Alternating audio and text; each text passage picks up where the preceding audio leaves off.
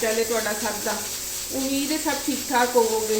अज मैं ना बस मेहमाना ने आना सी तो स्वीट डिश की समझ नहीं आती की बनाओ, तो अज एक स्वीट डिश बनाने लगी था जो कि बहुत आसान हैगी है। इहदे वास्ते दही ले लिता, इहदे वास्ते कोफ्ते, जैली ते एक क्रीम का पैकेट, बस ये 4 चीज़ां लैके तो बस इन्होंने तुसीं ना हुण मिक्स करना है। तो मैं तुहानूं दसदी हां 1 बाय 1 किस तरह मिक्स करना।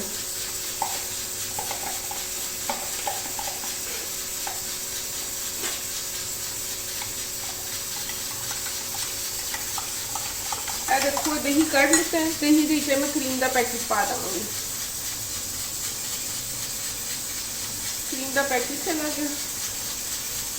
थोड़ी मर्जी है, जी मर्जी क्रीम इस्तेमाल कर लो, कोई वो नहीं है, क्रीम होनी चाहिए बस। इस तो बाद जैली का पैकेट ही पा दिता,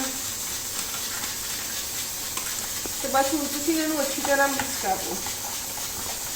बाद लोग कहते तो बहुत धोखा भी खाते हैं कि जी कस्टर्ड है, लेकिन यह कस्टर्ड नहीं होंदा, यह फ्रूट योगर्ट होंदा जिहड़ा कि मिनटां दी तैयार हो जाता है। यह जैली पा दी है, क्रीम पा दी, दही पा दिता।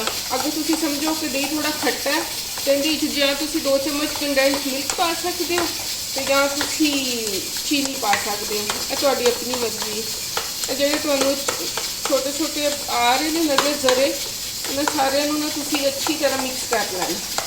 इन्हें मिक्स करने तो बाद जो फ्रूट कॉकटेल है वो तुसीं अंदर पा देना, बस इतना जो काम। ए देखो जी, ए फ्रूट योगर्ट गया विच, इहदे नाल तुसीं देखो जो जरे सी वो भी घट हो गए, जितना तुसीं मिक्स करोगे जरे खत्म होते जाएंगे। बस ए अज का साडा फ्रूट योगर्ट तैयार है, तो ट्राई करना तो मैं दसना कैसे लगा तुहानूं। हसदा रवे पंजाब, सदा वसदा रवे पंजाब।